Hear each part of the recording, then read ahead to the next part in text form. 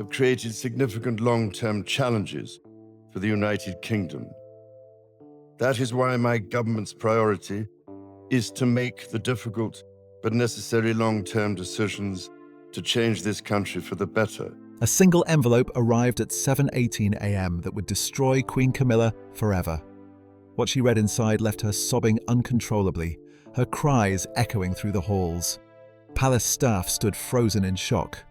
A panicked call to Buckingham Palace sent 3 chilling words that changed everything.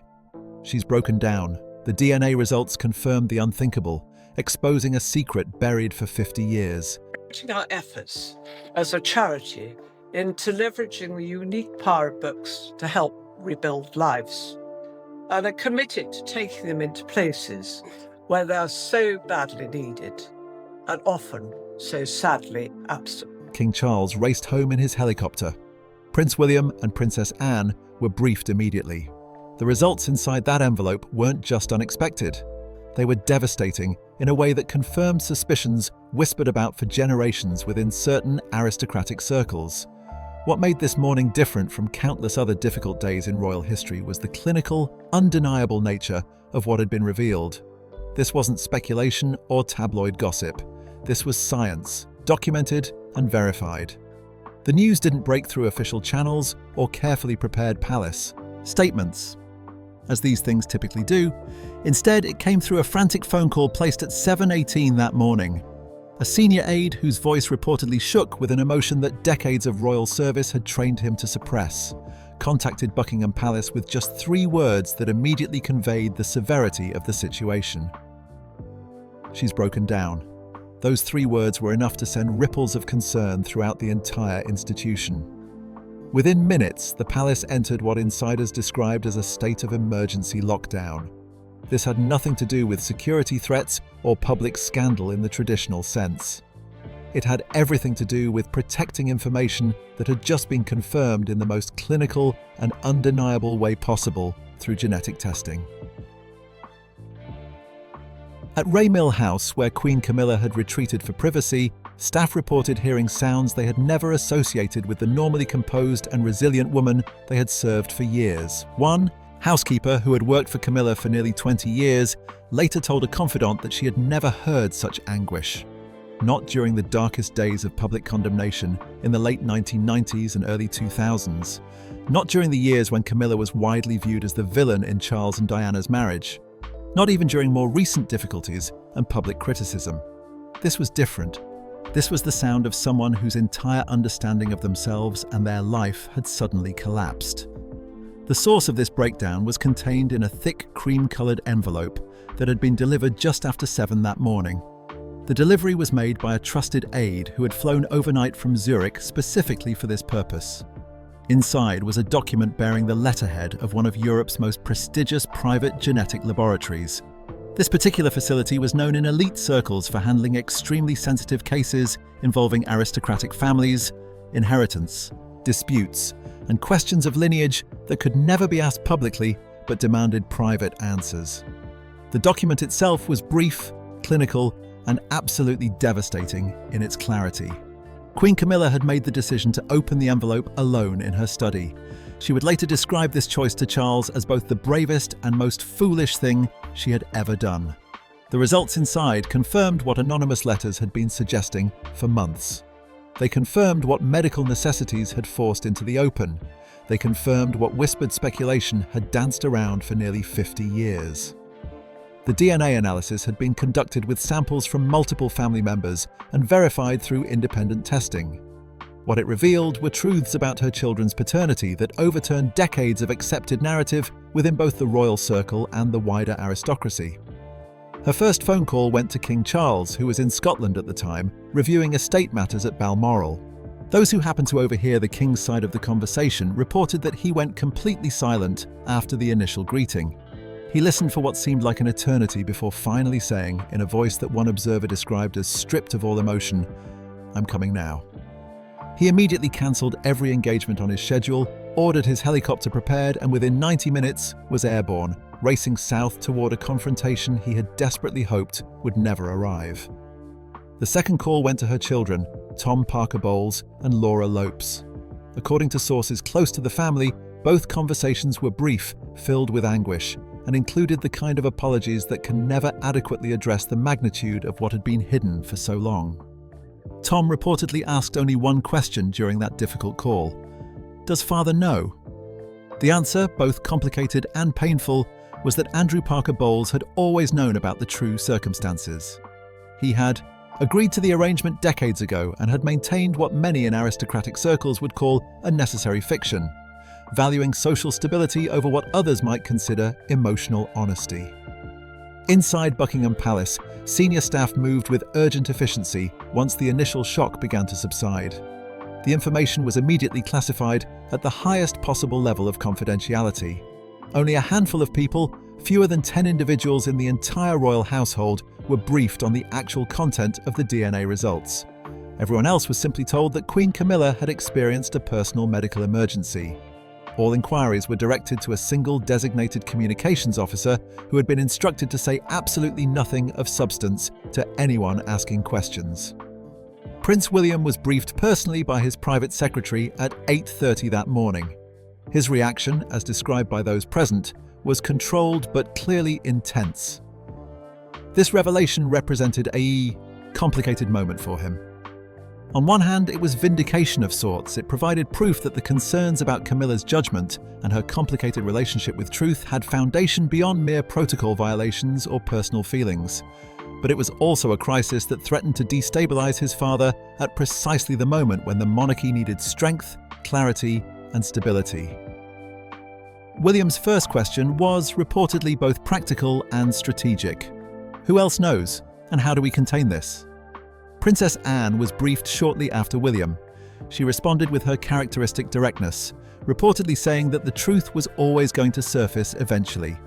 Secrets of this magnitude, she observed, don't stay buried in an age when genetic testing has become routine and public curiosity about royal families remains intense. Her concern wasn't focused on moral judgment of the individuals involved. Instead, she worried about institutional stability. If these results became public knowledge, the questions would extend far beyond Camilla's personal life.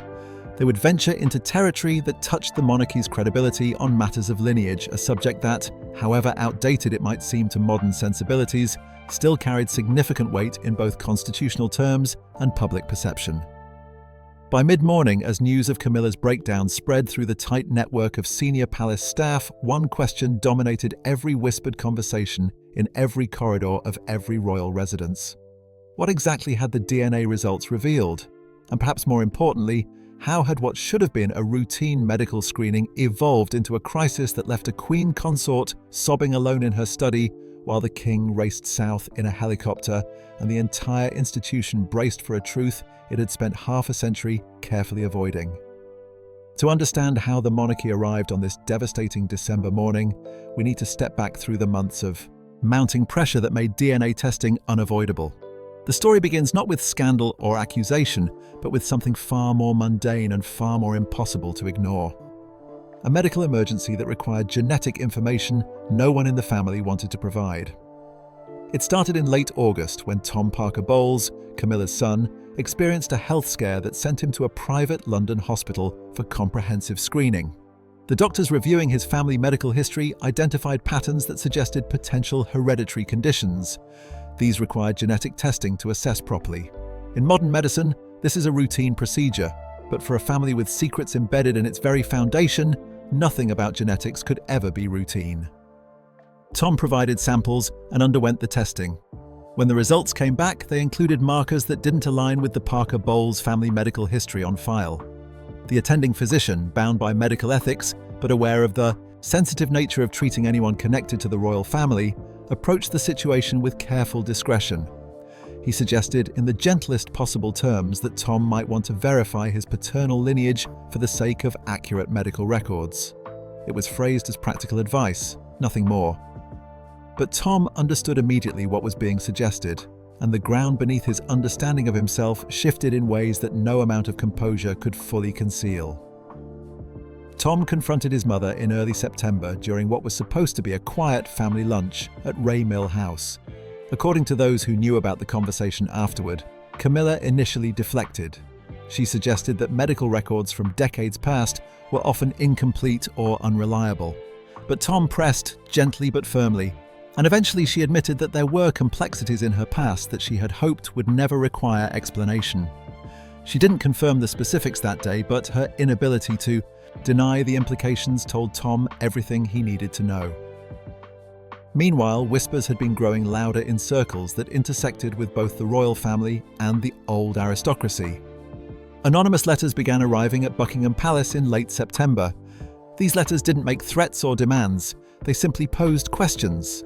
Questions about Laura Lopes's striking resemblance to certain members of the aristocracy who were not Andrew Parker Bowles. Questions about why Tom's features aligned so poorly with the Parker Bowles family photographs that lined the walls of their ancestral home. Questions about the timing of Camilla's early relationship with Charles and the births of her children.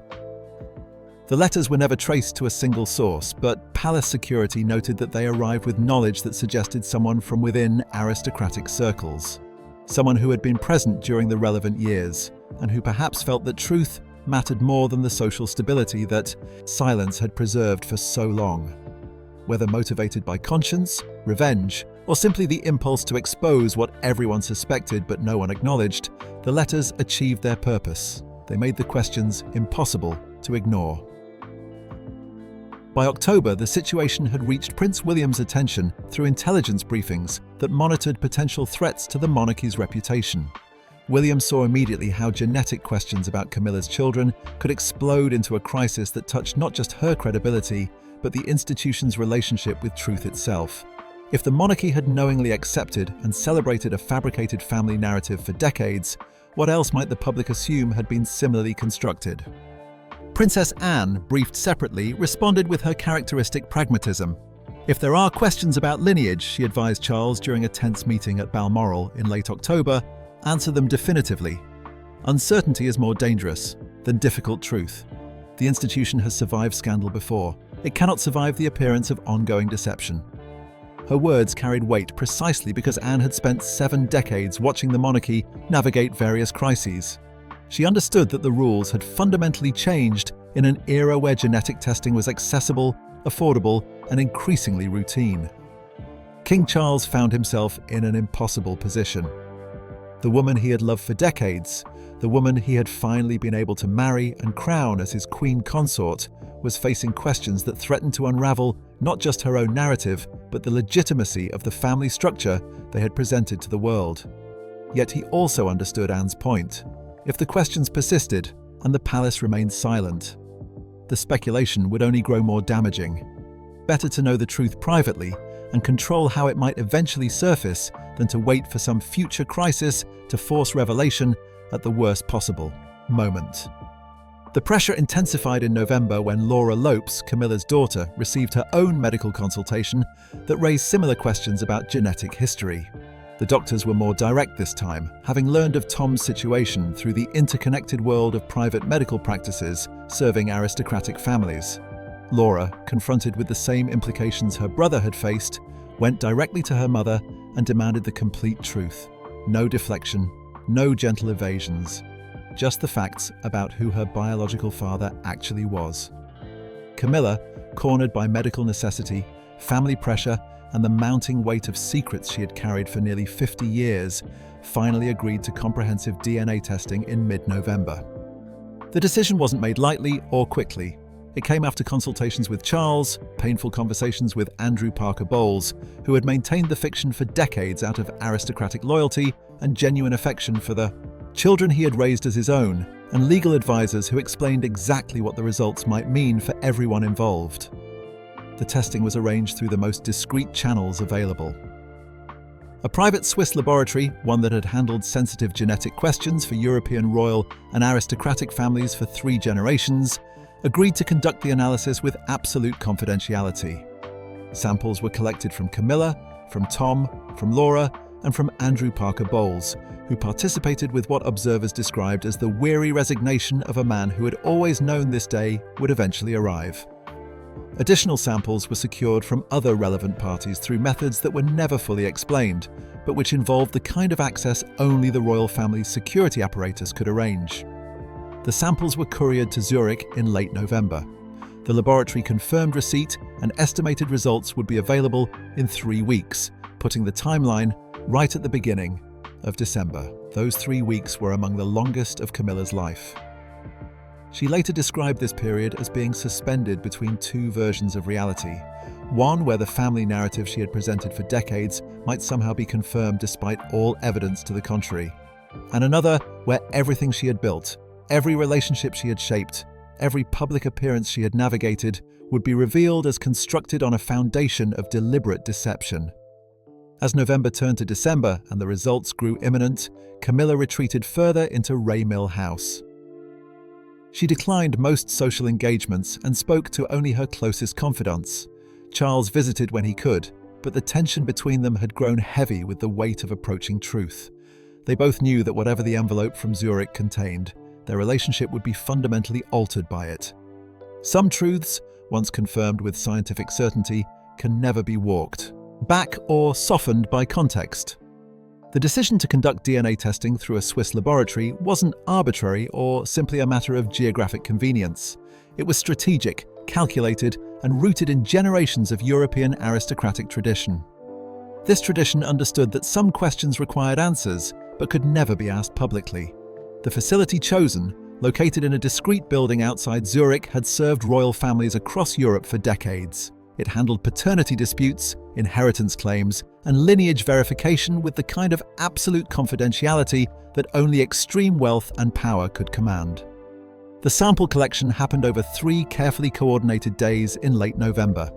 Camilla provided her sample first at Raymill House with a private physician she had trusted for years, conducting the simple cheek swab in complete privacy. Tom Parker Bowles and Laura Lopes gave their samples separately, each meeting with the same physician at neutral locations, away from anywhere that might attract attention or speculation. The process was clinical, quick, and profoundly uncomfortable for everyone involved. Not because of the physical procedure itself, which was simple enough. It was uncomfortable because of what it represented. Decades of accepted family narrative were being reduced to genetic markers that would either confirm or destroy the story they had all lived. Andrew Parker Bowles participated with dignified resignation. He had always known the truth, had agreed to raise the children as his own in an arrangement that reflected aristocratic values of duty over emotion, and had maintained that fiction with the kind of loyalty that characterized his entire approach to life.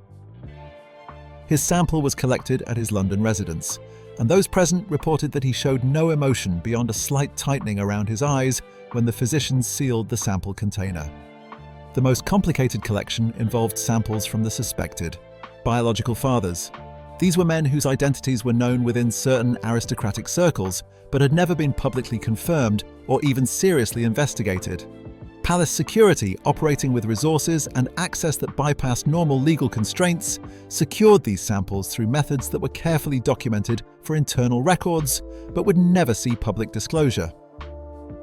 The legality existed in grey areas that powerful institutions navigate when the stakes justify the means. William and Anne had insisted on independent verification. They refused to allow the process to be handled entirely through channels Camilla or Charles might control. A second laboratory, this one in Germany, received duplicate samples through a separate chain of custody. The results would be compared to ensure accuracy and prevent any possibility of manipulation or error that might later be used to question the findings.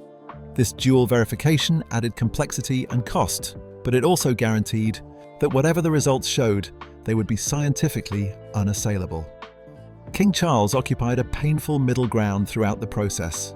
He wanted to support Camilla, wanted to believe that somehow the whispers and suspicions had been wrong all along. But he also understood that the institution required clarity, and clarity demanded truth, regardless of how uncomfortable that truth might be. He authorized the dual laboratory approach, despite knowing it signaled a lack of complete trust. It was a wound that added to the many others their relationship had accumulated over recent months. The 3-week waiting period between sample collection and results felt interminable. Palace staff who knew about the testing reported that the atmosphere inside royal residences grew increasingly tense as December approached.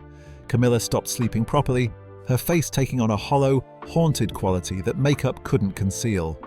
Charles threw himself into official duties with an intensity that worried his private secretary, as though constant motion might somehow delay the arrival of information he both needed and dreaded. Security measures to prevent leaks were extraordinary.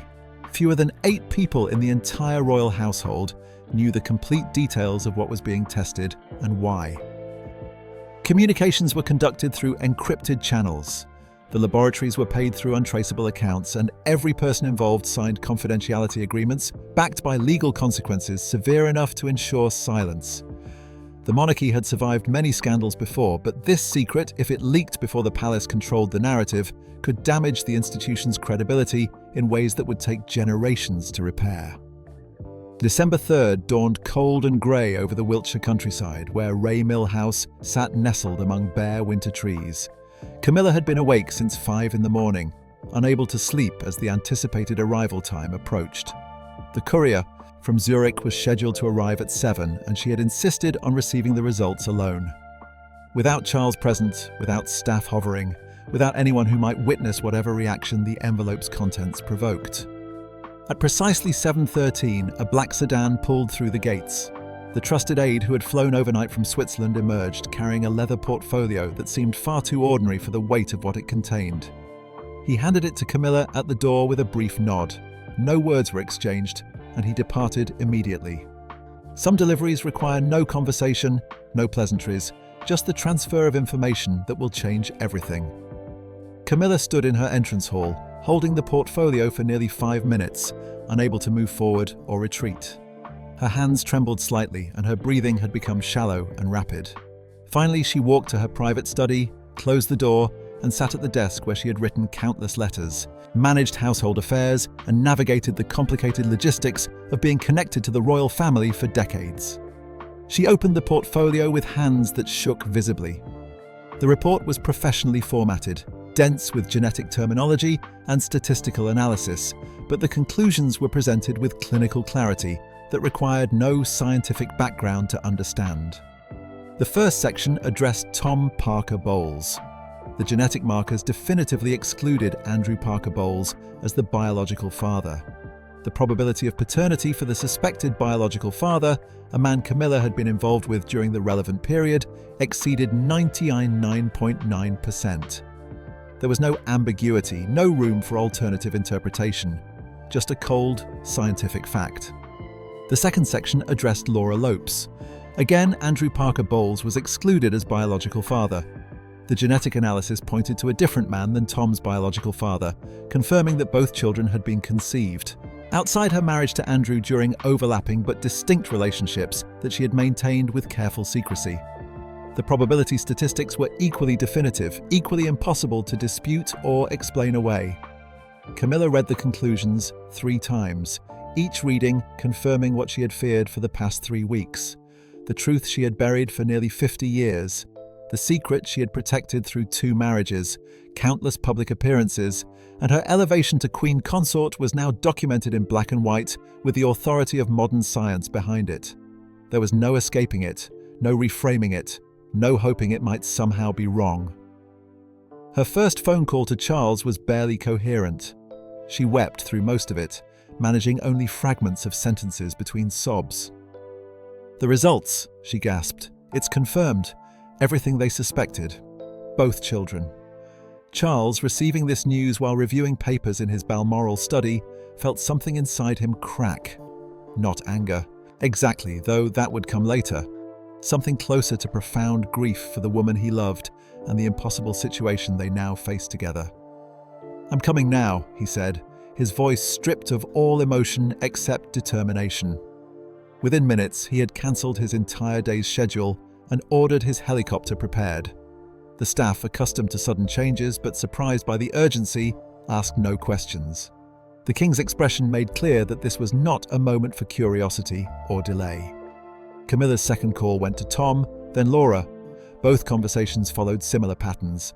Apologies that could never be adequate. Explanations that sounded hollow even as she offered them. Assurances that Andrew had always known and had chosen to raise them as his own out of love and duty. And finally, the devastating admission that everything they had believed about their identity their heritage, their place in the world was built on a foundation of deliberate deception. Tom's response was quiet devastation. "Does father know?" he asked, using the title he had always used for Andrew Parker Bowles. When Camilla confirmed that Andrew had always known, had been complicit in the arrangement from the beginning, Tom's voice took on a tone she had never heard from him before. Not anger exactly, but something deeper and more permanent. "I need time," he said, and ended the call. Laura's reaction was sharper, more immediate in its fury. "How could you?" she demanded. "How could you let us live our entire lives not knowing who we actually are?" Camilla had no answer that could bridge the gap between her choices decades ago and their consequences today. The call ended with Laura saying she needed space, needed to process, needed to decide whether she could ever look at her mother the same way again. By 8 o'clock in the morning, Camilla sat alone in her study. The genetic report spread before her, her phone silent, and her entire world reduced to the clinical language of DNA analysis that had finally, irrevocably exposed the truth she had spent half a century protecting. News of the DNA results reached senior palace officials through carefully controlled briefings that began at 9:30 on the morning of December 3rd. The information was compartmentalized, with different members of the royal household receiving different levels of detail depending on their role and their need to know. Only the innermost circle, fewer than 6 people, received the complete picture. Everyone else got carefully edited versions designed to prepare them for crisis management without fully revealing the magnitude of what had been discovered. Prince William was briefed personally by his private secretary in a secure room at Kensington Palace. He listened in complete silence as the findings were explained, his expression remaining neutral even as the implications settled over him. When the briefing concluded, his first question was characteristically practical. Who else knows? And what are the legal implications for succession and family structure? The answer provided some relief. Since Tom and Laura had never been in the line of succession and held no official royal roles, the constitutional impact was limited. But the damage to credibility, to the narrative the family had presented for decades, was potentially enormous. William's second question revealed the strategic mind that would one day lead the institution. What happens if this becomes public before we control the narrative? The communications team had already begun scenario planning, but the honest answer was uncomfortable. If the information leaked before the palace could frame it properly, the damage would be severe and long-lasting. The monarchy would face accusations of systematic deception, questions about what other family narratives might be fabricated, and intense pressure to release genetic information about other members of the family to prove legitimacy. Princess Anne received her briefing at 11 that morning. Her reaction was the controlled vindication of someone who had long suspected that Camilla's relationship with truth was more flexible than the institution could afford. "I warned that secrets of this magnitude surface eventually," she said quietly. "The question now is whether we compound the deception with continued silence or find a way to acknowledge what's happened without destroying what remains of public trust." Her preference was clear. Truth, however painful, however damaging in the short term, was always preferable to the slow poison of ongoing deception. Catherine, Princess of Wales, was briefed separately by William later that afternoon. Her response reflected the careful balance she had always maintained between family loyalty and institutional responsibility. She expressed sympathy for Camilla's obvious distress while also acknowledging that the situation represented exactly the kind of blurred boundary between personal life and public role that the monarchy could no longer afford. Her concern focused primarily on how the revelation might affect the institution's relationship with younger generations, who already questioned whether the royal family deserved continued public support. The legal team spent the afternoon reviewing implications from every conceivable angle: marriage laws, inheritance questions, potential claims from the biological fathers or their families, and most critically, whether any criminal deception had occurred that might expose the family to legal action. The conclusion was cautiously optimistic. Since no one had been materially harmed by the deception in ways that created legal liability, and since aristocratic families had historically handled such matters privately without state intervention, the legal exposure appeared minimal. But legal risk and reputational risk were entirely different calculations. Communication strategy discussions consumed the rest of the day. The palace needed to prepare for multiple scenarios. If the information remained contained, they could manage Camilla's position quietly through gradual distancing and reduced public presence. If it leaked, they needed prepared statements that acknowledged truth without appearing to celebrate or minimize decades of deception. The challenge was finding language that satisfied both those who would demand accountability and those who would see the revelation as unnecessary cruelty toward a woman already diminished. By evening, a consensus had emerged among senior advisors. The information must remain classified for now, but preparations for eventual public knowledge should begin immediately. That meant adjusting Camilla's future role to minimize visibility, ensuring that official family narratives no longer depended on claims about her children that might be challenged. And most critically, preventing any situation where the palace might be forced to actively defend a version of events now proven false by genetic evidence. King Charles, arriving back at Raymill House by mid-afternoon, was briefed on these preliminary decisions by secure phone. He listened without comment, understanding that the institution was already moving to protect itself regardless of his personal feelings. The machinery of monarchy, once engaged, operated with ruthless efficiency that prioritized survival over sentiment. King Charles arrived at Raymill House at 3:47 in the afternoon on December 3rd, emerging from his helicopter with an expression that staff later described as carrying the weight of decades compressed into a single, devastating day. The normally composed monarch moved through the entrance with uncharacteristic hesitation, as though each step toward the confrontation waiting inside required conscious effort. He found Camilla exactly where he expected her, still in her study, still surrounded by the papers that had shattered her world 8 hours earlier. She looked up when he entered, and he saw immediately that this was not the resilient woman who had weathered decades of public condemnation. This was someone fundamentally broken, her face blotchy from hours of crying, her eyes red and swollen, her entire body seeming smaller somehow. The genetic report lay spread across her desk like evidence at a crime scene, and in a sense, that's exactly what it was. Evidence of a deception so profound that even those who had suspected the truth for years felt shocked by the clinical confirmation. "I'm sorry," she whispered as Charles closed the door behind him. "I'm so sorry." The words came out choked, barely audible, and utterly inadequate for the magnitude of what had been revealed. Charles stood silent for a long moment, trying to reconcile the woman before him with the person he thought he had known for most of his adult life. How many conversations had they shared over the decades? How many intimate moments, shared secrets, plans for the future? And through all of it, this massive deception had existed beneath everything they had built together. Did Andrew always know? Charles finally asked, his voice carefully controlled. It was the question that had haunted him during the helicopter flight south. The detail that would determine whether Camilla had been complicit in active deception or merely guilty of maintaining a secret arrangement. Camilla nodded, unable to meet his eyes. He knew from the beginning. We made an arrangement. It was common enough in those circles in that era. A marriage of convenience that protected everyone's reputation and gave the children legitimacy they wouldn't have had otherwise. Andrew loved them as his own. He never treated them differently. Her voice broke on the last words.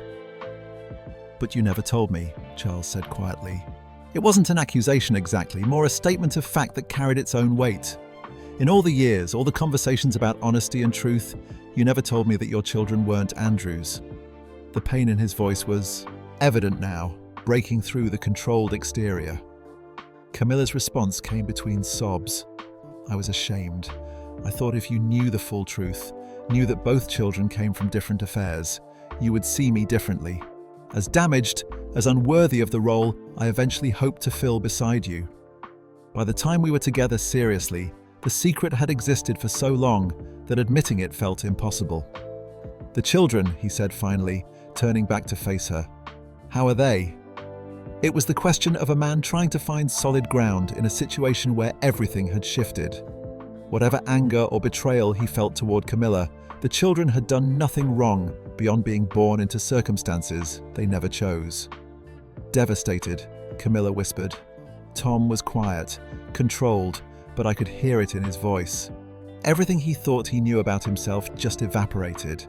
And Laura was angry in a way I've never heard from her before. She asked how I could let them live their entire lives, not knowing who they actually are. and I had no answer, Charles. No answer that could possibly justify what I've done to them. The revelation of the DNA results extended far beyond the personal devastation experienced by Camilla and her immediate family. The implications rippled outward, touching every aspect of the monarchy's credibility and the public's willingness to accept the narratives presented by powerful families about their own histories. For Tom Parker Bowles and Laura Lopes, the immediate future looked profoundly uncertain. Both had built their adult identities on the foundation of being Parker Bowles' children, connected to a respected military family with deep aristocratic roots. Now confronted with genetic evidence that their biological fathers were different men entirely, they faced the disorienting prospect of reconstructing their understanding of themselves at ages where such fundamental identity shifts are extraordinarily painful. For King Charles, the implications touched directly on his legacy and the judgment history would render on his reign. He had fought for decades to marry Camilla, had weathered enormous public criticism, and had asked the nation to accept her as his queen consort. Now questions would inevitably arise about his judgment and whether the monarchy's already fragile credibility could withstand another crisis rooted in hidden truths. As evening darkness settled over Raymale House, the breakdown of one woman in a country house had revealed cracks in a system that had always depended on secrets staying buried and questions remaining unasked.